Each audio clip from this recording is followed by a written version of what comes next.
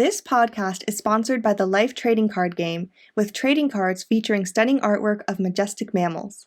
Life Trading Card Game brings you a collection like no other. They even have special holographic cards that are as rare as the animals they represent. Just like the magnificent Amur leopard, of which only an estimated 100 remain in the wild, only 100 holographic leopard cards are printed. It's your chance to own a piece of this incredible species. Not only do these cards capture the essence of wildlife, but they also make a difference. Life Trading Card Game is committed to conservation. That's why 20% of all profits go to charities dedicated to protecting and preserving these amazing creatures and their habitats. Get started today by visiting their website at www.lifetcg.com. And as a special offer, use the discount code WILDWORLD, all caps, no space, WILDWORLD, to get 10% off your first order. Thanks to Life Trading Card Game for sponsoring this podcast.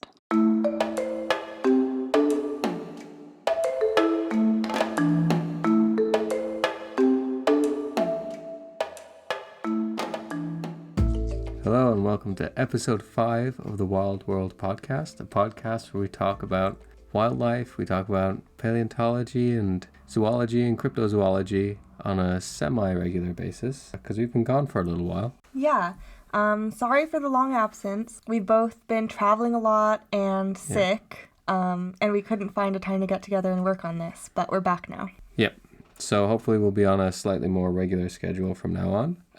So the way this works is first we talk about the wildlife radar. So anything on your wildlife radar recently? Recently, well, at least since the last time, I've seen a lot of snails and slugs.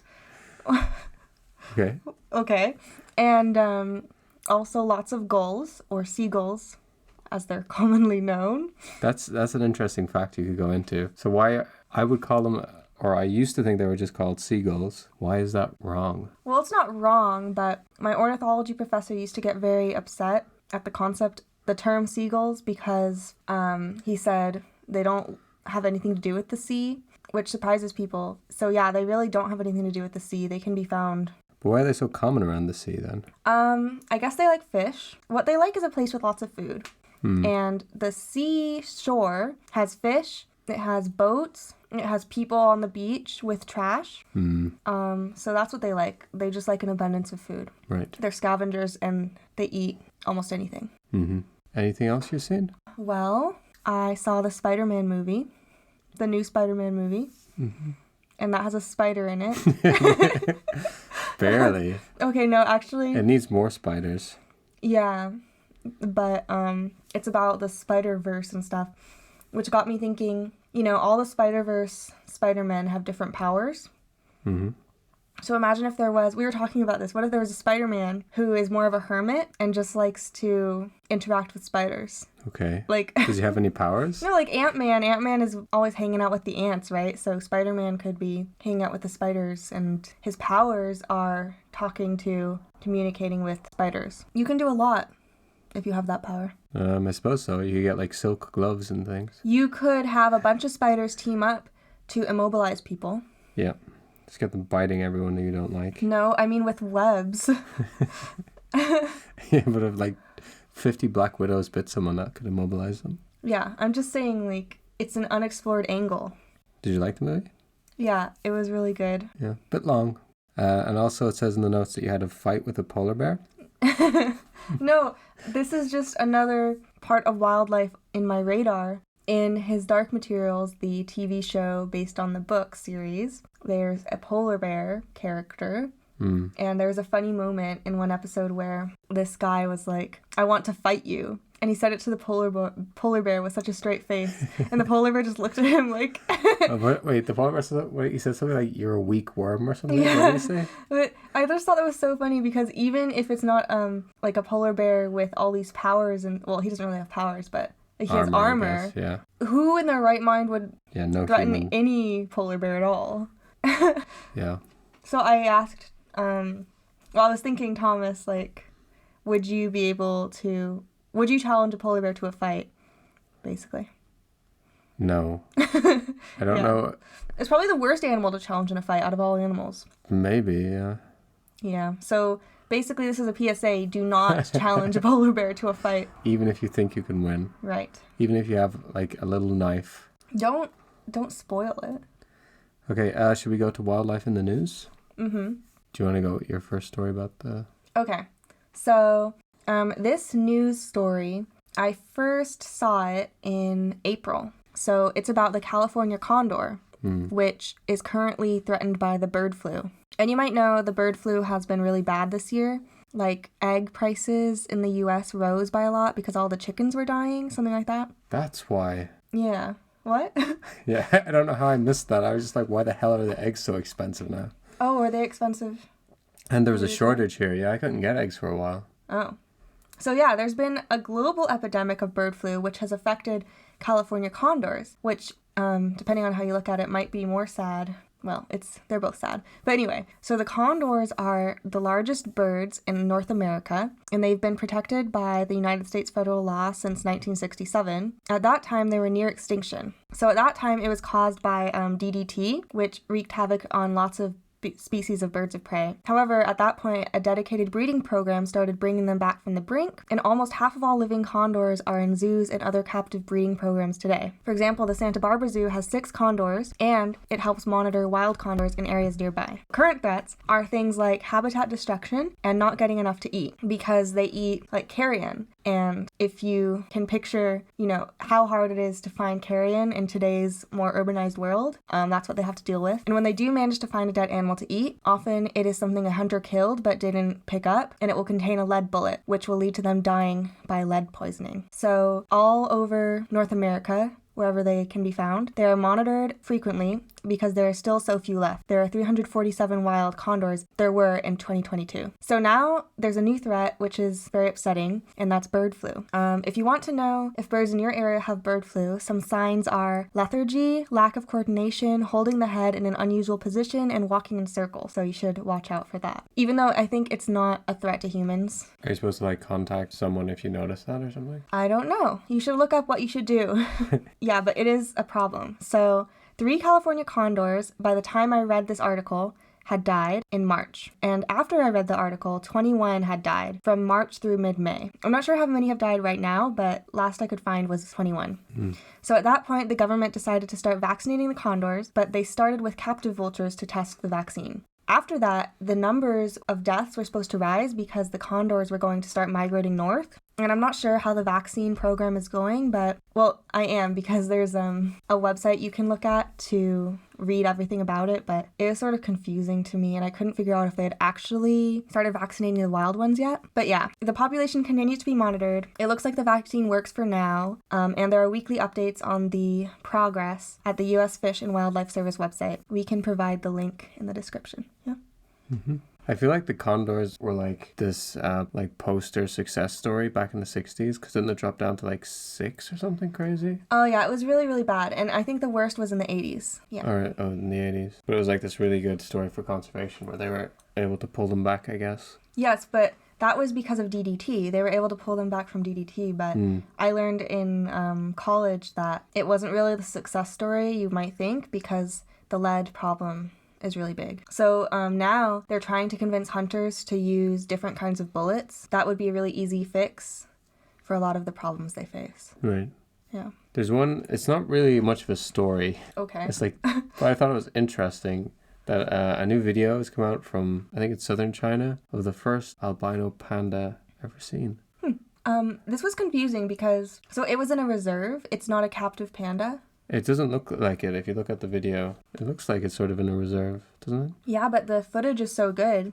They must have cameras all over this reserve. Yeah. Well, yeah. And I think it's supposed to be, was it 3 years old or something? I've never seen it before. Yeah. See, that's weird because I thought that the pandas were much more monitored than that, and they would have known about a baby albino panda. Apparently not. Yeah, I don't know. That's just, I thought that was interesting, and maybe people would want to look it up. I'll probably put some of the video in the YouTube video if you're watching on YouTube. But yeah. Yeah, it's interesting. Albino panda. It doesn't look totally white though. It has some dark areas. I guess so. Although if I had seen that without context, I don't know if I would have known right away it was a panda. Yeah, it could be. What if it's actually a hybridization between some polar bear from up north. I don't know. Anyway, we'll go on to the next story. Okay, so my next story is about a new technology that's been developed that can track wildlife for a long time without needing to replace the battery. So there are all these trackers that you can put on animals, like from whales to bats to turtles or something. And usually they need a battery, or they'll just die and they won't be useful anymore. So this one isn't like that, and it can potentially go on forever. Is it solar? No. So usually, people think of solar as a good solution for this, but solar has lots of problems underwater and in a thick forest. Right. So this is powered by the movement of the animal with a pendulum inside, which is really cool, I thought. Yeah. And it seems to work well. They've tested it with a pony, I think. I'm not sure what else they've tested it with. And so hopefully this means we can better track animals in the future. We don't have to worry about like re-tagging one Right. and miscounting or anything like that. Or the stress of the animal of having to get captured every time. Yeah. One problem is it's too heavy for bats, but Yeah, I everything can else imagine. seems okay. That's pretty cool. Mm-hmm. Do you know if they're going to roll it out onto any other animals? No, I don't really know anything. I think it's just a few guys who got together to make it, and they'd probably need funding or they'd need some large company to like their idea. Right, yeah. Yeah. So it's kind of new tech. Mm-hmm. Okay. So the last story is sort of sad, but also has a silver lining, and it's about sharks. And basically in Brazil, there was a large seizure of shark fins. So it's 29 tons. So it's estimated about 10,000 sharks were definned and therefore probably killed for all these fins, mostly blue sharks and short fin makos. There seems to be 2 export companies that were involved, but for some reason they're not being named. I don't know why they're not being named. So that's sort of sad, especially since those 2 shark species that made up all those fins are considered to be endangered in Brazil. Or Still are, right? what do you mean still are? Aren't they still considered endangered? Yeah, sorry. I mean, they were added to the endangered... Yeah. Well, no, they got endangered status. That's what I wanted to say last month. So that sounds pretty sad and all, but it's sort of good that that it's being cracked down on. I think the Brazilian corporation is called it's called Obama, or it's not spelled the same, but I listened to it and I think it was sounds like Obama. I thought it was Ibama. Or is it Ibama? Yeah, that's probably right. But Yeah, don't go bringing Obama into this. Obama saved every shark. No, but it's good that they're cracking down on this. Yeah, so it seems like Brazil is putting more effort into trying to protect endangered fish around their waters. So that's good. It's also another thing is that recently over 183 countries approved a plan to protect 54 species of sharks. So there's problems, but at least people are cracking down on it more. Well, I have more to say about this article because I read it too. And they seem to have gotten the permits to catch the sharks by pretending they were catching other types of sharks. Or other kinds of fish, wasn't it? Yeah, so it's not as simple as just don't hunt these and say that and everything will be okay. You have to also enforce it. Yeah. Which is another thing because the previous president of Brazil was notable for not caring about environmental regulations and destroying a lot of them. And the current president is reversing all that damage. So I think this is the reason that they've started to crack down, which is a hopeful sign. But I think it's still really depressing that 10,000 of already endangered sharks were killed. Yeah, that's a large number. If 10,000 of anything were killed, you'd think, how can this species even go on? Yeah, I don't know why the companies weren't named as well. That seems like something went on behind the scenes. Don't eat shark fin soup. Yeah. All right, I guess that's all the news. Yeah. Okay, so wild chat. Today I'm going to test the hotshot biologist who thinks they know everything about animals. I never said that. Let's see how much they really know. Always testing me, a little peasant, doesn't know anything. So I thought it might be fun to test Mika on collective nouns when it comes to animals. So, for example, if I were to ask you, what do you call a group of crows? A murder. Correct. Okay, so I have 15 different ones that I thought were interesting that I'm going to test you on. Okay. Some of these are kind of hard. I don't know if you'll be able to get them, but for each one I included a little clue. So if you get stuck, I have a clue that I can give you. Okay. Okay. So should I do a pause so that the people can play along and try to guess, or what? Sure. Maybe just a little pause. Okay. So think hard, everyone. Yeah. Okay. So the way I'm going to do this, I'm going to say a blank of whatever animal. So a blank of crows, and then you would say murder. Yeah, murder of crows. So number one on the actual test. Of whales. Pod? Correct. Yay. That was probably the easiest one. Why do you sound so surprised when I got it? No, I was pretty sure you'd get that one. Oh, okay. Okay, the second one is a little bit trickier. Of sharks. See, these are the kinds of things that, unless they randomly stick with me, I'm always going to forget. Yeah. I don't know, a cotillion. Do you want a clue? Yeah. Okay, the clue is pirates. Something a pirate might say. A matey of sharks? No. An R of sharks? No, think of a famous quote that, well, probably pirates didn't say, but that everyone says A pirates. plank? No, a quote that a pirate would say. A vast? No. Walk the plank? Will I just tell you? Okay. A shiver of sharks. Ah, shiver me timbers. Yeah, shiver me timbers. Shiver of sharks. Thank you. Okay, number 3. Of wombats. A cuddle. No, good guess though. I'll give you the clue. They have knowledge. A library? No, more. What would be the word? Okay, it also begins with a W. A wisdom? Correct. Yeah, a wisdom of wombats. I wouldn't say that they have knowledge. I wouldn't say a wisdom has knowledge. That doesn't make any sense. Yeah, oh, you mean the wombats have knowledge? Yeah. Oh, okay. Okay, next one. Okay, there are 2 possible answers. One of them was in one of my videos. Okay, well. So you should get it very easily. Okay, number 4. An of tigers. Armada? No, that doesn't make any sense. Army? No, you're kind of on the right track, though. I'll give you the clue. Caught us by surprise. Ambush. Correct. An Yay. ambush of tigers. Okay, number 5. A of squirrels. A ruckus. No, you're kind of on the right-ish track. Really? A riot. No, the clue is move quick. And it also begins with an S. Surge? No. Not a surge of squirrels. Or something a squirrel might do. You describe it as something up a tree. Scamper. No. That's how I would describe a squirrel going up a tree. It would scurry. Yeah, a scurry of squirrels. Okay, next one I think is really appropriate. Whatever that means. A something of rhinos. Stampede? No. Stamp? Stomp? No, you're kind of on the right track. Commotion?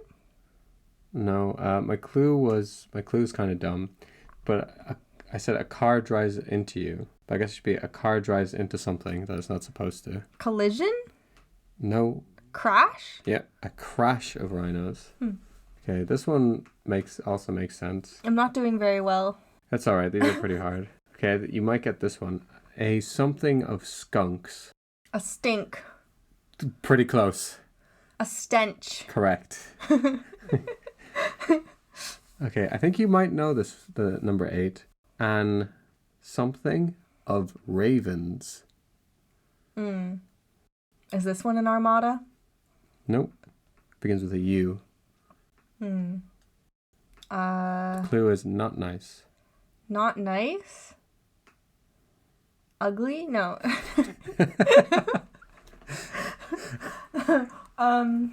Unkind? Yeah, I'll give it to you. An unkindness of ravens. Okay. Number 9. So crows are murderous, but ravens are just unkind? Yeah, I guess so. I think you might know number 9, actually. A something of owls. Oh, a parliament. Correct. Okay, 5 more to go. Number 10.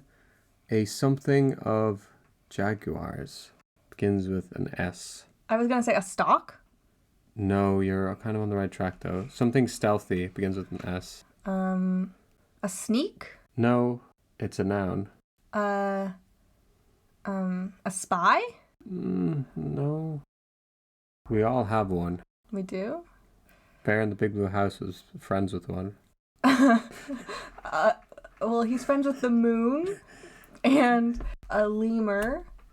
What is he friends with? He's friends with a little bear cub? What a weird clue. Where, oh, where is...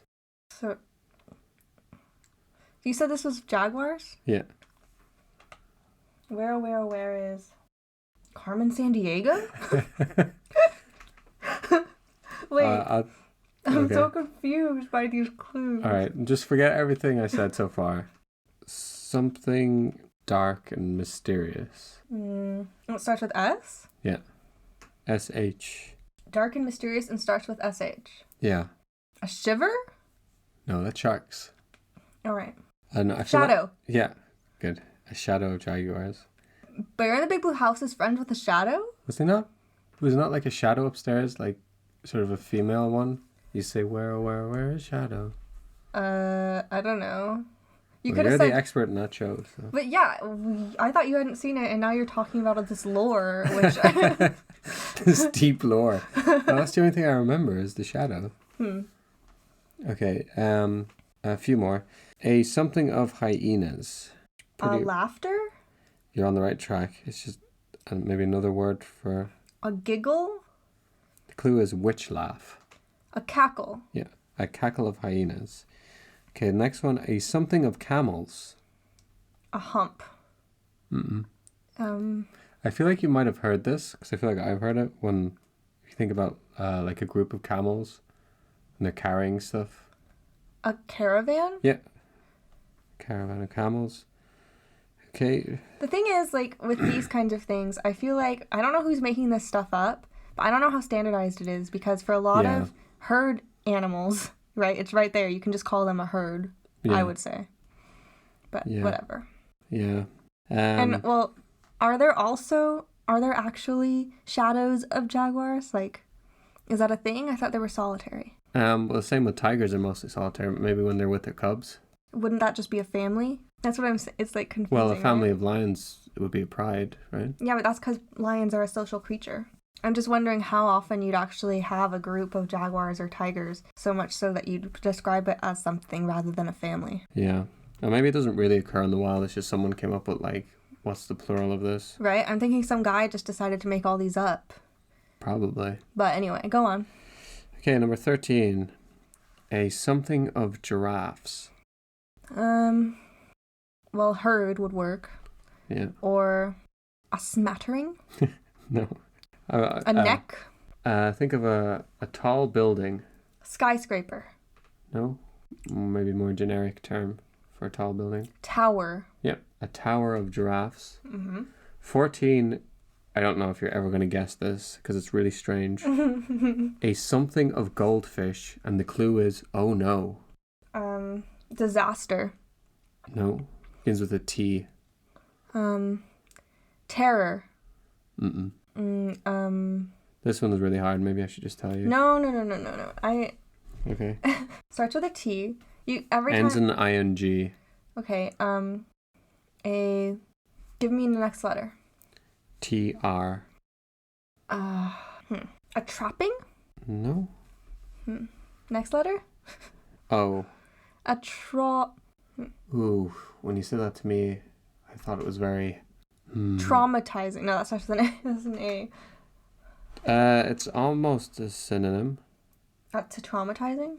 Maybe not to a lesser extent of traumatizing. It's like, ooh, that was... It's so hard. What's the next letter? U.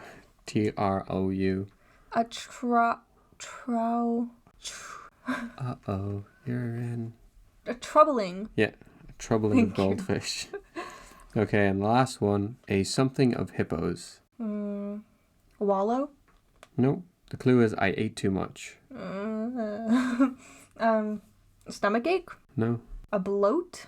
Yeah, correct. Very good, a bloat of hippos. Hooray! Okay, good job. You did pretty well. No, I didn't. Well, you didn't get them all straight away, but it didn't take you too many guesses for the straightforward ones. I mean, the goldfish one is like a troubling of goldfish. Yeah. So good job. Thank you. Okay.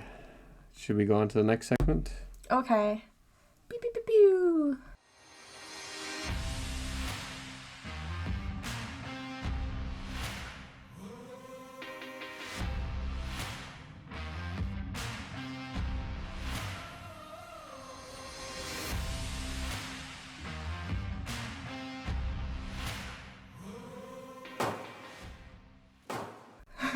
Okay. So the next part is Cryptid Court. So the way this works is that we put a poll up on YouTube and we have 3 randomly generated cryptids, and you get to vote on which one you want us to debate. And one of us will try and debate that the cryptid does exist, and the other person will try and debate that the cryptid doesn't exist. And what is the cryptid we're talking about this week? We're talking about a wonderful creature from Iceland, the Lagerfljóts worm. Yeah, that's so hard to say. But anyway, can I just call it the worm? Sure. Lagerfljót. Lagerfljóts worm. Lagerfljóts worm. Yeah, and it's from the town Egilsstaðir. Mm-hmm. Yeah. This is in eastern Iceland, right? Yes. Okay, so this week, to change things up a bit, Mika is going to be taking the pro position. Mm-hmm. And I'll be trying to argue the against, I guess. Yeah, keep you on your toes. Yeah. So do you want to go first? I think you want to explain what it is, and I think... Okay, so this worm is a wonderful creature in sort of a lumpy shape that lives in the lake, the Lagerfljót Lake. It has been seen for centuries. It has been seen since medieval times and documented in a variety of different ways, such as poems, paintings, maps, histories, etc. It is a very beloved creature in this town, and you can even go on tourist boats to find it. It has its own origin story, which is compelling. And I don't know, like, lots of people, from scientists to children to the government, have acknowledged that it might exist. Okay. And it's like a worm snake thing, right? Yeah, I guess so. Isn't there a story that it was like a slug that got too big because it touched gold? Yes, well, that's a mythological tale. So the tale is that a little girl had a gold ring given to her by her mother, and she wanted more gold, so her mother said to put it under this black slug and put it in a box. And then a few days later, she checked, and the gold and the slug had both multiplied in size. She was afraid of the slug, so she threw it into the lake. It got bigger and bigger there until eventually it became the worm we know today. So the reason I like this story and I find it compelling is because a lot of myths grow out of wanting to explain a real phenomenon. So there are stories like, how did the leopard get its spots in African folklore? And then there's the story of how the bee got her sting in Greek mythology. So leopards and bees are real. I think we can all agree that. Yeah, so are slugs. Yes. So you can conclude from these multiple sightings over such a long period of time, plus the mythic origin story, that the people are indeed seeing something in that lake. But since it's a mythic origin story, doesn't it sound like that's where it sprung from? It sprung from folklore? Do you think that leopards also sprung from folklore and aren't real? No. Okay, so just because something has a myth about it doesn't mean it's not real. Okay, but the myth is, how did the leopard do something, not is a leopard real? Or how does a leopard have spots, not is a leopard real? Well, there are lots of other myths about animals and how they came to be from other animals, like especially in like Native American myths. Not that I can think of one right now, but there are stories that say the origin of creatures, not just certain facts about them. Okay, but this is saying that it was a slug that got really big? No, there's a difference between a mythological origin story and the actual creature. I'm saying that because there is a mythological origin story, it shows how long this creature has been known to the society, and it gives more credence to the idea that there is definitely something in the lake. You don't have to believe the story to believe that it adds a lot of depth to the idea of the creature. Well, I think it's sort of the other way around, that the story is what caused people to think that there was something. Like there's a mythological origin story, or there's these folk tales about the lake, and then people have, been exposed to that, and that's in their mind, then they're more likely to be prone to see or to think they've seen a creature in the lake based off of that. Yeah, that's true, but there's so much evidence. Is there? And a lot of these people aren't believing in the myth. They're saying like that the myth is there to explain this real thing. So, for example, in the 1980s, there were people laying a telephone cable in the lake. They saw a mass and disturbance in the water, and then they checked later, and the cable was broken in that area, indicating that the creature had probably bitten it or broken it in some other way. Couldn't have been like an underwater current to pull the cable? The cable was very strong and designed for use underwater. So why did the creature bite through it? Because the creature is very strong. They did not anticipate having to engineer the cable for wildlife disturbances. But even if something was made to go underwater and not break, we know that things do go underwater and break. Right, but in the 1980s, when they had been laying telephone cables under wire for a long time, underwater. Isn't there always going to be an element of something breaking? Yeah, if there's an animal that's interfering. But it doesn't really sound like there's much proof that an animal did interfere. They saw the animal. They saw a mass, and it was moving around to different parts of the lake while they were working on the cable. I don't know. Because, are you going to talk about the video? Yes. Okay, so first of all, like I said, there's lots of evidence. It's on maps and other documents all the way back to the year 1345. And there's a pretty clear video, and the sightings continue to this day. A panel in Iceland has certified the video as being really the creature, as being real, and the government has said, even if that video isn't really the creature, as Thomas might argue, there's no reason not to believe in the creature itself. The government has weighed in here. Yeah. But I do think that the video is very clear, and it's showing something in that lake. It is showing something, but wasn't the video analyzed and it was proven frame by frame it doesn't actually move forward? A panel has certified the video. Okay, but the panel are what, government officials? Yes. But a film analyst went frame by frame and saw that it doesn't actually move forward. Well, last Cryptid Court, you said that we should trust the government, and when they say I said I trust the government. you said if the government says like this is real, then that's proof. That's more proof that it's real. That was the Tianchi monster, wasn't it? No, it was you've said it every time, so pick a I didn't cryptid. say it every time. What? Tell me what I said. Well, like for the sightings. Wait, the orang mawas? Yeah. No, I said that they funded a search and found footprints. Okay. Why don't the government fund like underwater drones or something? They don't need to. They already have that video. Okay, the video is not very good. I think most people. What I've heard is that it's probably a frozen fishing net or something because it doesn't even move forward. It just sways side to side, and there's a bunch of gaps in whatever it is. Well, it's just relaxing. So what do you think it is? You think there's a 40-foot long I never slope? said it was 40 feet long. It's what just... reports say about that long? Well, how long do you think it is? I don't know, like a normal size worm thing? That's not normal size for a worm. Just a little... You think it's a worm? No, it's like maybe well, I don't know what it is. It could be... It's probably some sort of reptile. A reptile? Or... In Iceland? What's more likely, a reptile or a worm? I mean, pick whatever one is most likely, and that's... Neither are that likely. Well, I don't know. Or like some sort of fish type thing. Could be that as well. That's a very large fish. Well, there are fish in that lake, and fish can get big. So you think, well, maybe people have had sightings of big fish now and then and have mistaken it for a worm. Could be some sort of eel type thing. How big is the eel? I don't know. I'm just saying that there's something in there, and it's not a standard fish, and it's really long and wormy. There are eels in Iceland, like the European eel. Mm-hmm. It could be an eel then. So it's a European eel that some people have seen? What, do I have to say what I think it is? Why can't I just say that I believe that there's something in the lake?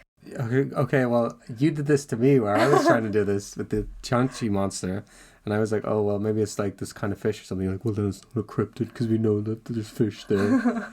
Yeah, so it's a big fish. That doesn't count.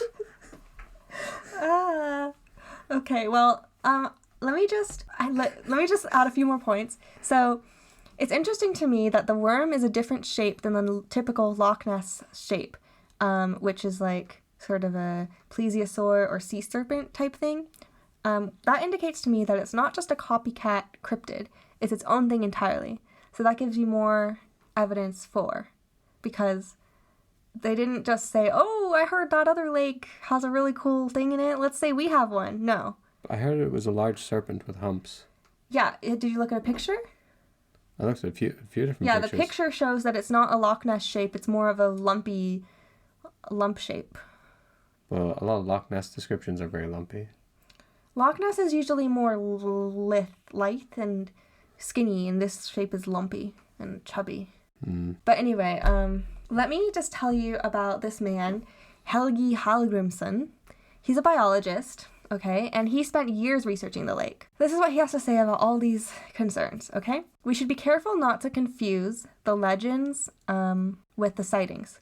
So the legends are just that, legends. The sightings, however, are actual occurrences that need explanation. He says there are some phenomena that could explain many of the reported sightings, such as tangled items in the current, ice moving, gas bubbles, or optical illusions. But not all. He believes that the myth of the worm can be divided into 3 categories. One is legends drawn from urban myths of dragons and witchcraft. This would explain the beginning story that I said about the worm slug that grew up from the gold box and got thrown into the lake. Because at that time in medieval Europe, there were lots of people making these stories all over the place. Right? But this story is very particular to this place. It's the specific story of this lake monster. Well, I've heard similar stories of like creatures that like small worms or slugs or snakes that were put into wells or into small things, and they have gold with them, and then they grow too big and have to go into the lake, and then they terrorize. So maybe all these lakes have these creatures.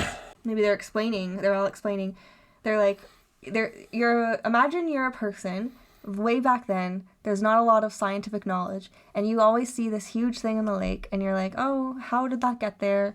Why is that there? And you decide to explain it with this story of the gold slug.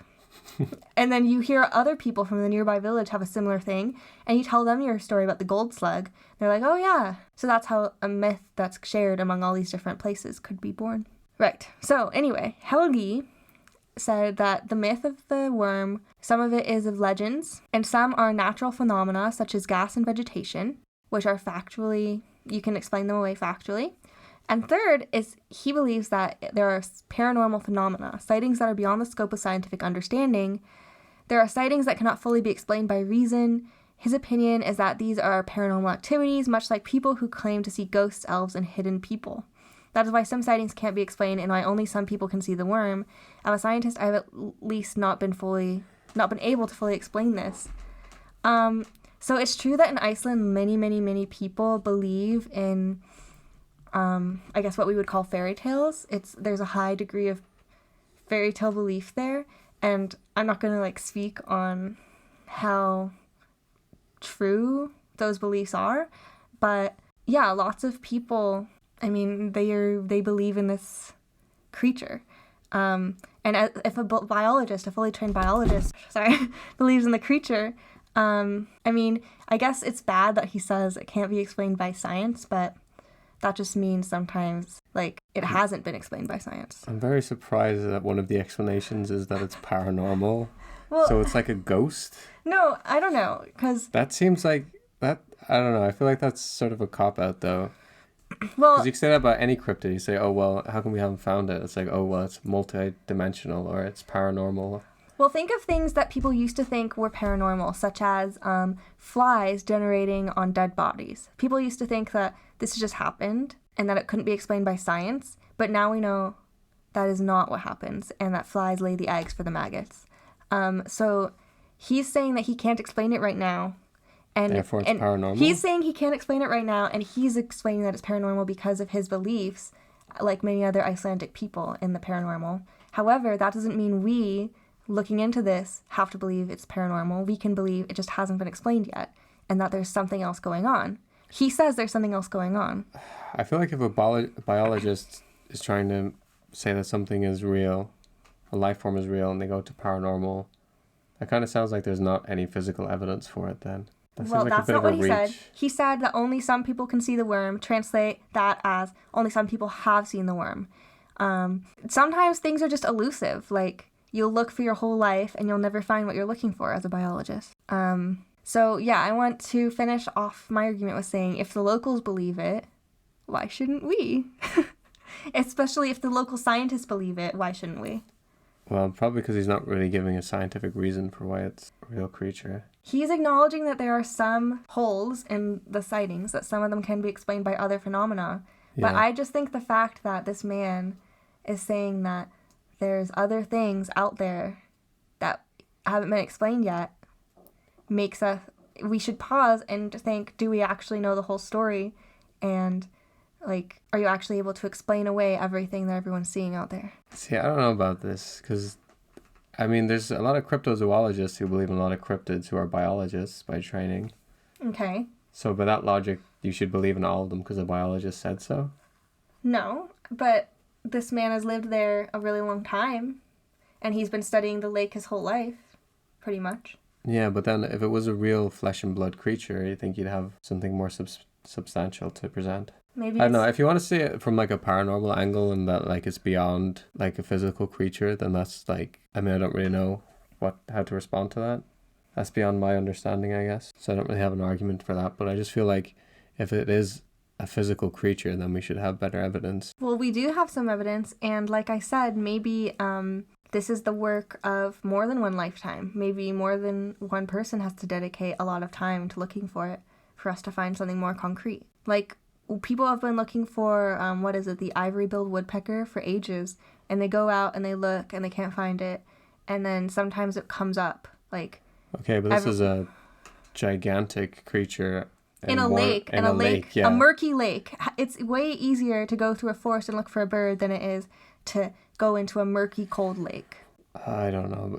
What about using sonar then? I don't know. Have you looked into if anyone has used sonar? I haven't seen anyone using sonar. Well, I sonar. haven't seen anyone who has done it, so that means that they don't have that evidence yet to confirm or deny. Okay, but why doesn't someone do that then? Well, maybe they should.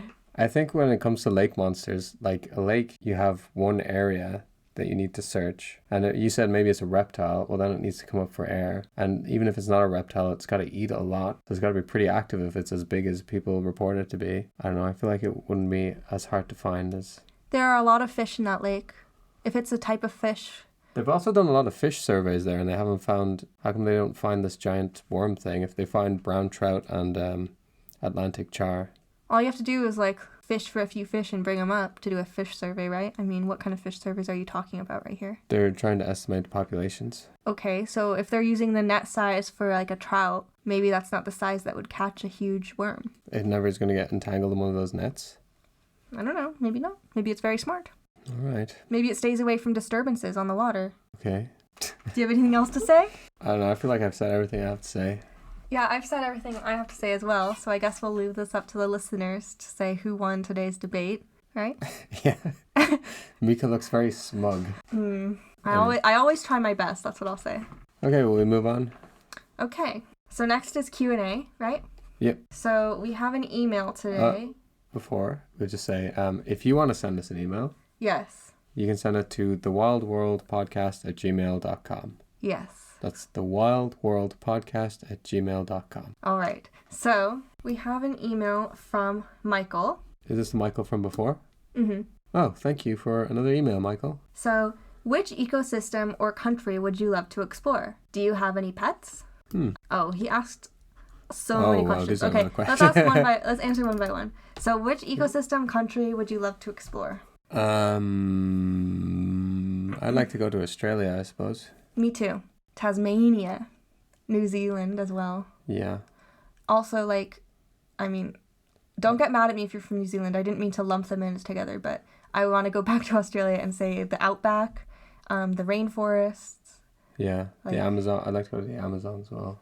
Right. I'd also a river cruise down the Amazon. Oh, Papua New Guinea.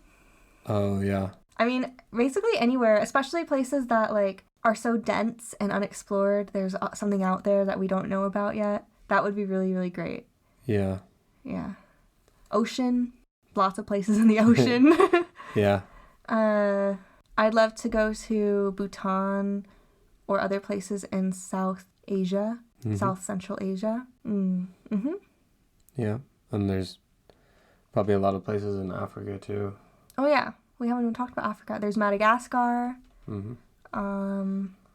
Plenty of places like where you would go on a safari. Yeah, like all those national parks and. Yeah, I bet you'd love to go to one of the lakes too. Like Tanganyika. Yeah, that'd be cool. So that's such a hard question because. Yeah, I feel like we nearly just. Well, Is there any ecosystem we'd hate to go to? I guess there's. I'm not really interested in like center of Saudi Arabia. I mean, there's probably something cool there, but also it's just really hot. And I'm not sure if a lot of stuff lives there. And a lot of places also have just been developed so much that it's barely an ecosystem at all. Like think Dubai or New York City. Although New York City does have an ecosystem. It's a lot of rats. There are rats and there are lots of creatures that actually live on the outskirts of the city. People have been looking into it as like a new type of ecosystem. That you can also find an ecosystem like that in Hong Kong, where the leopards come in from outside of the city, and the monkeys, I think, too. So even in a really urban place, there's still something to see, animal-wise. Yeah, something I would... Oh, we also want to go to the north, like, to see the polar bears. Oh, yeah, like in Canada, that tank bus thing that you can go in. Right, so that we can fight a polar bear. Yeah. From the safety of a tank. So something we don't want to go to, something I don't want to go to. I mean, like, someplace that doesn't really support life is sort of what you were alluding to. Yeah. Space. Antarctica or something. Well, I would love to explore space. I take that back. I would also like to see Antarctica, but... Yeah, but it's not really an ecosystem that much. Although there are penguins, don't forget about them. No, yeah, so we just would like to go anywhere. So please send us if we count as influencers, send us your free trips, please. Send us your free trips all over the world. We'll record them and it'll be great. Post them and you'll get 1,000 views. Yes, wonderful. Okay, next question is, do you have any pets? Yeah, so I have one dog. He's a Labradoodle named Arthur. Yeah, and he's a very unusual, like, pure white color, which I had never seen in a Labradoodle before. I didn't know it was unusual. Usually Labradoodles are more like sort of a goldenish, like a yellowish color. Like they're closer to the lab colors. And usually, but I don't have any like cuddly pets, but I do have a pond full of fish in my backyard. And it's like even less than you would consider a tank of fish pets because they live outside and they frequently are eaten or die from other causes. And it's upsetting, but it's not the same as like, oh, my pet fish just died, because it's this pond that we're taking care of and it's hard to keep track of all the different fish. You do a lot of things to try and prevent that though. Yeah, but I don't name them all, for example. Like. Well, yeah, I just mean for people listening, it's not like you're not trying to keep them alive. Yeah, it's just really hard because the birds are clever and the snakes are clever and sometimes the fish are really stupid. Yeah, but you have like motion sensor alarms and things. Yeah. We try to scare the birds away by yelling at them through a camera, but it doesn't always work.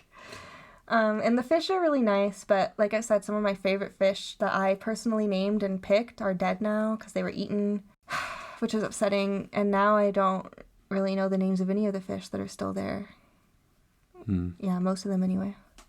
But they're still nice, and I feed them sometimes. Yep. Okay, next question. As biologists... Oh. So I'm not a biologist, so right. I'll just be quiet for this question. As biologists, which animal do you think there is the biggest gap between the public perception of the animal and the reality? Oh, well, Thomas always talks about this, but sharks for sure, and like spiders. Another thing that I really feel strong about is snakes, because people will get really upset about snakes, and they'll say things like, "Oh, I would kill that snake if I ever saw it in my yard," and it's the tiniest little harmless snake. Even worse than harmless, they're helpful. Like, let's say you have a rat infestation and you kill all the snakes you see. That's very counterproductive. So people are just very irrationally afraid of snakes. And even the ones that are dangerous, typically if you don't bother them, they won't bother you. Like, it's a problem if you're hiking or running in the plains or something, or the mountains. You might encounter them and you might be in trouble, but it's not like snakes are out there to get you. So, I mean, it goes back to one of the oldest stories of all time that snakes are evil, right? The Bible. Yeah. And I feel like it's brought forward by like the fact that some of the snakes are dangerous and by biblical stories and maybe some other myths or stories. Yeah, people are just irrationally afraid of snakes, and I think they're some of the cutest hated creatures around. It is sort of gross though, like feeding them because they have to eat mice and stuff, but I don't think that's what the typical person is grossed out by when they see a snake. No. Yeah, I feel like most people just assume any snake is dangerous. Yeah. But I wonder what the opposite way is. Like, the public perceives an animal as really great, and the reality is it's awful. I can't think of anything in that direction. I mean, there's some things that people got as pets and then end up being really bad. Yeah. But in the wild, I don't know. I'm thinking maybe like those animals that people get because they like hunting them or they think they're really great just as decoration or something for the environment, and then they release them. This has happened a lot of times, let's say in Australia, in North America. So some examples I can think of are the starling, which was brought over because Shakespeare liked to talk about it because starlings are a very wonderful part of living in England, I guess. So then some Shakespeare fans brought some starlings over because they're like, yeah, we want that in our world, in our life, and now starlings are a really horrible invasive species in North America. Another example is all the game animals that were brought to Australia for people to hunt, which include rabbits, probably lots of different types of like ungulates, deer. Yeah, and aren't cats a big problem in Australia as well? Yeah, cats. Oh yeah, you know what? This could actually be a good answer. House cats. People think house cats are really cute and harmless. Some people think they shouldn't be let outside because they'll get hurt. Other people think they should be let outside because they need freedom. But those things aren't really the point. Like, I mean, they can get hurt because they aren't infallible, they aren't invincible, but also they are actually really dangerous to the wildlife outside. So people think that they're just a great little part of country life or something. Yeah, or your neighborhood, like the neighborhood cat and stuff. Yeah, but that's not only dangerous to them, it's dangerous to the wildlife, no matter where you live. I'll venture to say no matter where you live, even though lots of people have different opinions on that. Yeah. I would say unless you live in, like, Egypt, which is where cats were probably domesticated from, or around there. Cats seem to have been domesticated from a North African, Middle Eastern cat species. Like, if you live there, maybe I can see the argument for them being a natural part of the ecosystem, but if you live in not there, I doubt your statement. Yeah. And we do really like cats, though. It's just maybe letting them roam around outside isn't the best idea. Yeah. Okay, next question. Wow. Do you work with animals? How did you get a passion for wildlife? So do you work with animals? No, I don't work with animals. So how did you get a passion for wildlife? I don't know. I just liked animals since I was a kid, I suppose. It's kind of hard to pinpoint a moment. Yeah. So I don't work with animals, but I want to. I'm just not employed in the field right now. It's sort of hard to get employed in the wildlife field. But I have worked with them in my degree, and I hope to soon. My passion for wildlife has also been basically since I was, like, as long as I can remember. Because I always really liked to read, and I remember I used to read dozens of books about wildlife, and then I would tell everyone else what I learned.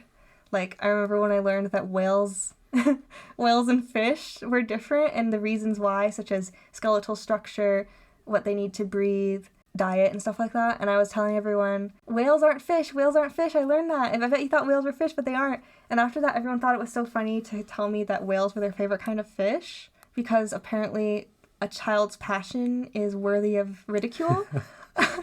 Someone's still a bit salty that way.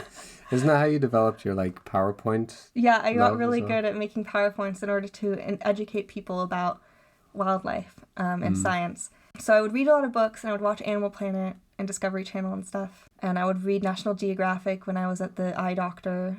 And so it just, like, and that would be what I would gravitate to in school. So it just compounded, you know? And I have a few relatives who work with wildlife as well. And I went to the zoo as a kid. So it all just adds up. Yeah. You don't remember what first started it, or some early memories? It's really hard to say a specific memory. I guess animals were just always interesting. They are interesting. It's hard to, like, remember a point where I was like, wait a second. The thing is, lots of kids, I used to think it was a universal that children would be interested in animals. Right. That's what lots of people say. Like, children program programming usually has animals in it. But it's not true that all children are interested in animals. Like, I met a lot of kids, especially in Japan, that were not interested in animals at all. And I'm just not sure if that's a cultural thing or if it's true that just some people are interested in animals and some people aren't.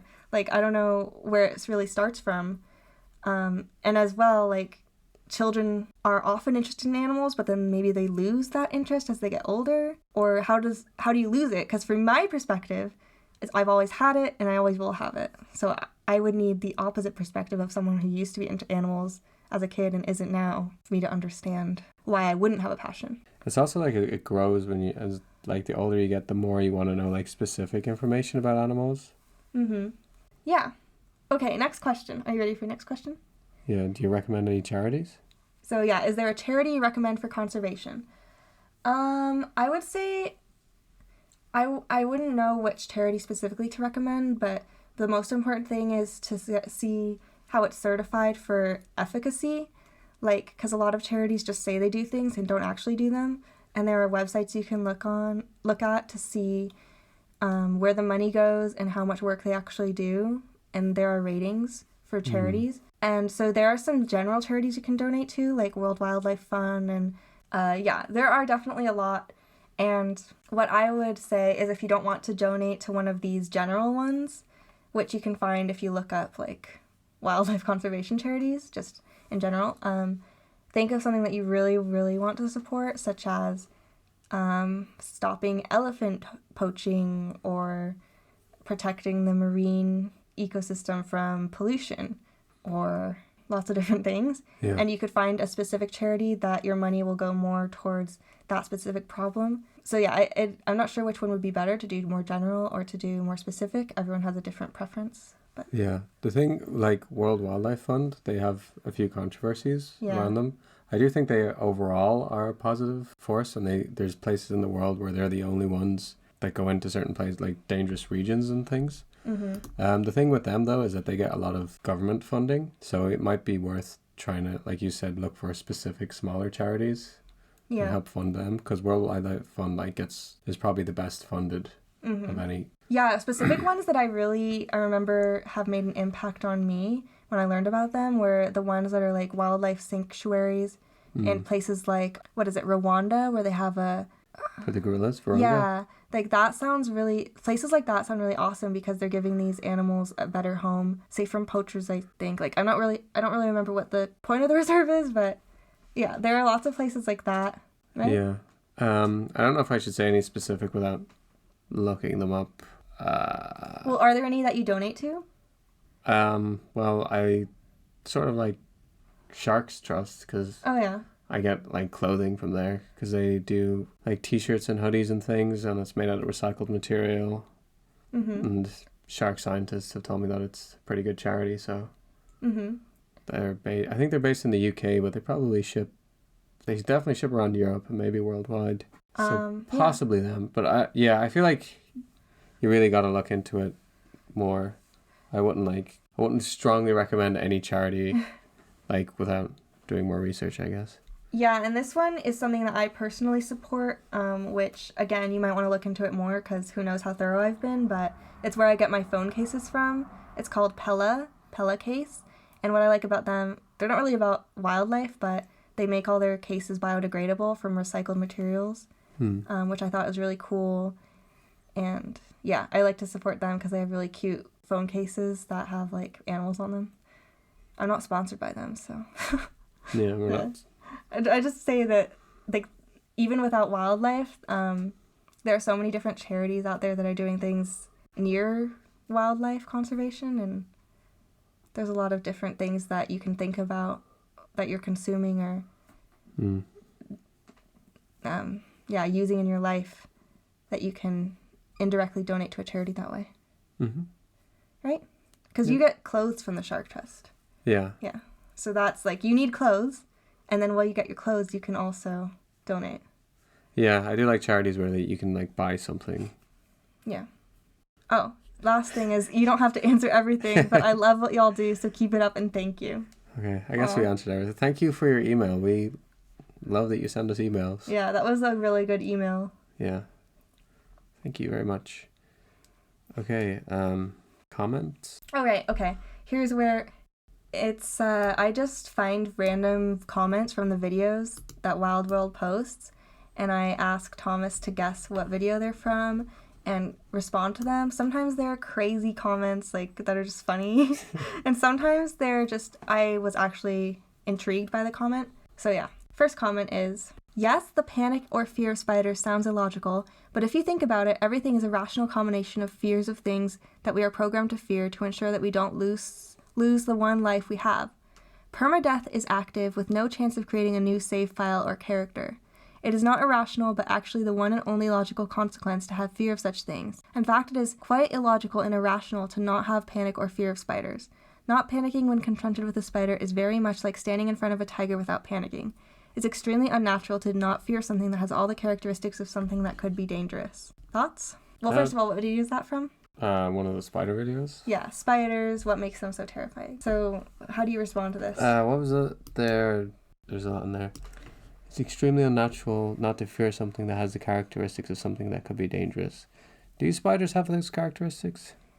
Yes, because they're saying that since spiders have been dangerous and could be dangerous, you should fear all spider-shaped things. Some insects are dangerous. That mean you should fear all insects? Many people do. Okay, but I don't think it's rational. Well, like a tiger charging at you. Like if a tiger was in this room, that'd be a lot more dangerous than a spider. Well, it's not all about rationality. Maybe this person mistyped, but it is about like evolution and what is beneficial for us as a species. It's better just to be afraid of these things rather than it doesn't really make sense to try to evolve fear of certain spiders. Well, they said it's better to panic. I don't think panicking is good for you it says not panicking when confronted with a spider is very much like standing in front of a tiger without panicking. I don't see how panicking is going to help you though. It doesn't say panicking, it just says it's unnatural to not do that. No, it doesn't say panicking is helpful. It says it's unnatural not to. With a spider is very much like standing in front of a tiger without panicking. It's extremely unnatural to not fear something. That has all the character. I don't think it's extremely unnatural to. If you see a spider on the wall and you see a tiger standing beside you, I think a tiger is a bigger threat than the spider. The real point of the video though is that here's the thing: if you want to say just fear all spiders, and then therefore you have like a higher rate of not being bitten by a spider, I guess that's fine. Like I don't think anyone should, even if you see a spider that has like no or very low venom, I don't see any point in picking it up or anything. And I think because it's not good it's going to stress the spider out, so it's fine if you want to just avoid spiders. But I think like the fear and threat of spiders is exaggerated so much that it's like impacting people's quality of life. All I'm saying is you don't have to feel worried that a spider is going to bite you, hurt you, or you don't have to be like super terrified of spiders. Okay. I don't know. I don't know if I'm articulating that very well. All right. Next question or comment. That would be like calling the great white shark a scavenger because it won't pass up a dead whale carcass. It's flat out wrong, LOL. Okay. What video is that from? Is that from the T-Rex or something? 5 things Jurassic Park got right. Okay. Isn't that person agreeing with me? So they're commenting on the idea of the T-Rex being a scavenger because it won't turn down an easy meal. Is that what you said in the video? Calling the great white shark a scavenger because it won't pass up a dead. No, I said it was both. You said it was a scavenger and a hunter? Yeah. So, yes, they're not agreeing with you. They're saying that the T-Rex is not a scavenger just because it won't pass up an easy meal. Wrong. Like, would you call a great white shark a scavenger? Well, I'd say it's a predatory shark, but that it would scavenge when it has the chance. And I'd say the so same you wouldn't for a call T-Rex. it a scavenger, though. That's what they're saying. They're saying you shouldn't call a T-Rex or a great white shark a scavenger. But I'm not calling a T-Rex scavenger. Really. What do you call it in that video? Well, I don't know. I said it would do both. It would hunt, but it would scavenge if it got the chance. Well, I don't know. This person just felt like being contrary. They said you're flat out wrong, though. All right. I don't know if they're I feel like because I was talking about someone else in the video who did say it was only a scavenger. Oh, okay. So I don't know. I just picked up on the confrontational tone. Sorry. Okay, next one is, I don't buy this story about Gustav killing an adult hippo unless it was pretty sick or already injured. As big as he would still be half the size of an adult hippo, which is massively strong and massively aggressive with huge teeth. It's also perfectly at home in the water. If you disagree, knowing how crocodiles typically attack their prey, Tell me how he takes down a full-size hippo. For starters, where does he grab it? This is from? How to Catch a Man-Eater? Yeah. Yeah, I guess I agree. Oh, okay. It probably was. Because that was a report from one of the rangers at the park, I think. Mm-hmm. So maybe he exaggerated and it was just a small hippo. Or maybe it was sick or dying already or injured. Yeah, I agree. I don't really see how it would have taken out a healthy adult hippo. It's a good point. Okay. Easy enough. Yep. So that's all my comments for today. Okay. All right. So I guess that's the end of this episode. Right. Thank you for listening. Please give us a like if you're watching on YouTube. Share the podcast around. And if you're from Iceland, please let us know what you think about paranormal versus wildlife cryptid sightings, as well as if you've been to this area, Egilsstaðir, and tell us if you believe in the worm. okay. Thank you for listening. We'll see you next time. Thanks. Bye.